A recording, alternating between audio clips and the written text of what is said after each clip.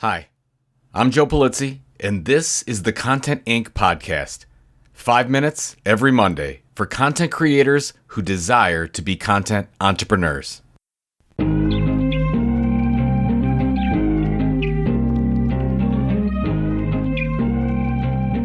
Most content entrepreneurs fail at developing ideas for their content because they fail to plan.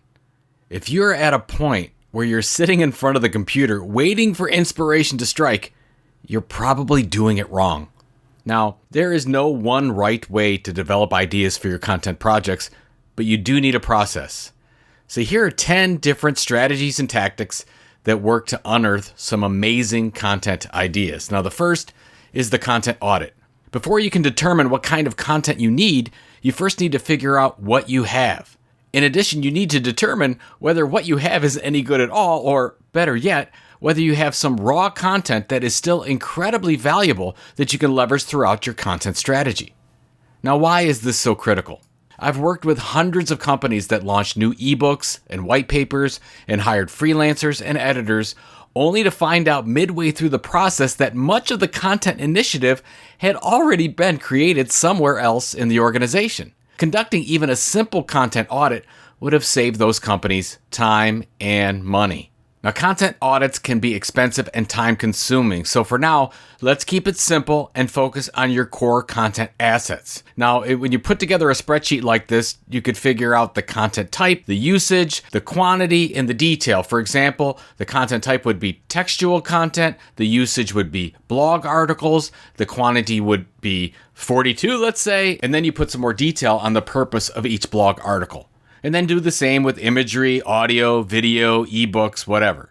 Now, you can go as far down the rabbit hole as you want to on this, and many organizations do a full content audit of their website and analyze every page using tools like Google Analytics, Site Orbiter, or Screaming Frog. And we'll save that for another time, but right now, we just want to know what we're working at. Now we can move on to some other ideas, and I love this one. This is number 2, 50 questions. One of the amazing things about Marcus Sheridan's success with river pools and spas is that he's never actually installed a fiberglass pool. Hard to believe. Even though the majority of the world believes he is the expert. His secret? The ultimate content strategy is listening, he says. Marcus listens to customers, to employees, to podcasts. He's a consummate learner. Then he brainstorms for content ideas. And he says, if you don't come up with at least 50 questions, you haven't tried hard enough. So Marcus says, open a notebook and make a list of questions your audience would like to know about, and you can keep your content mission in mind while you do this. And at this point, there's no wrong answers, and don't stop or correct anything. Just write questions. Finish your list of 50 questions and then take a break. Then after a while, you can come back to the list and find some diamonds. The third idea, leverage free writing. Mark Levy, the author of Accidental Genius, gave me a crash course in this thing called free writing. It's also called stream of consciousness writing, and it's a technique where the person writes for a set period of time without regard for spelling or even topic. Now, Mark uses this technique with his clients to unearth the raw content at the heart of the content creator. So basically, give yourself a time limit, write for a set period, and then you stop. You'll be amazed at some of the ideas you come up with. Number 4, have some fun with Google Alerts. As you probably know, Google Alerts is a free service, and all you need is a Gmail account that delivers web content to your inbox related to the words you're searching for. For example, if you're interested in content around the multiplayer game Minecraft, you could ask Google Alerts to send you a notification when Google finds a new page, say, on Minecraft tips or Minecraft releases. Now, you can receive alerts as they happen every day or every week, and these articles can become new fodder for your content ideas. Number 5, hashtags. As with Google Alerts, your industry may have a number of hashtags that can be a beacon for new content. For example, there are multiple conversations on the web going on right now around business-to-business marketing, and the hashtag for this would be hashtag B2B marketing. So by searching Twitter, via their tool TweetDeck, or LinkedIn, or Facebook, or Instagram, you can monitor what's going on around the topic in social media. Some paid tools include Brand24, Sprout Social, and BrandMentions.com. Number 6, analyze your analytics. Jay Baer would have never found his content tilt or his differentiation area of social media without analyzing his web traffic. After publishing a post about social media years ago, he was seeing double and triple the traffic versus his former topic of email marketing. So make a habit of looking into your analytics on a weekly basis. Number 7, employee discussions. So important.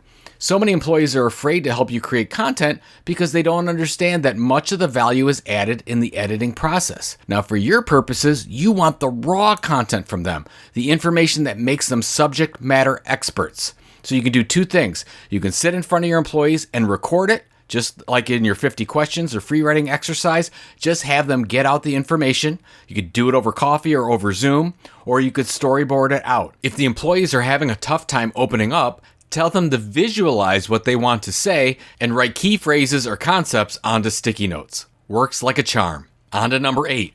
Ask your social networks. Although it's important not to abuse this, asking your social networks can be helpful, especially if it's around a specific area. So if you're struggling with something or want more information about something for a content piece, just put it out on LinkedIn, put it on Facebook, put it out on Twitter, and you'd be surprised at what you get in return.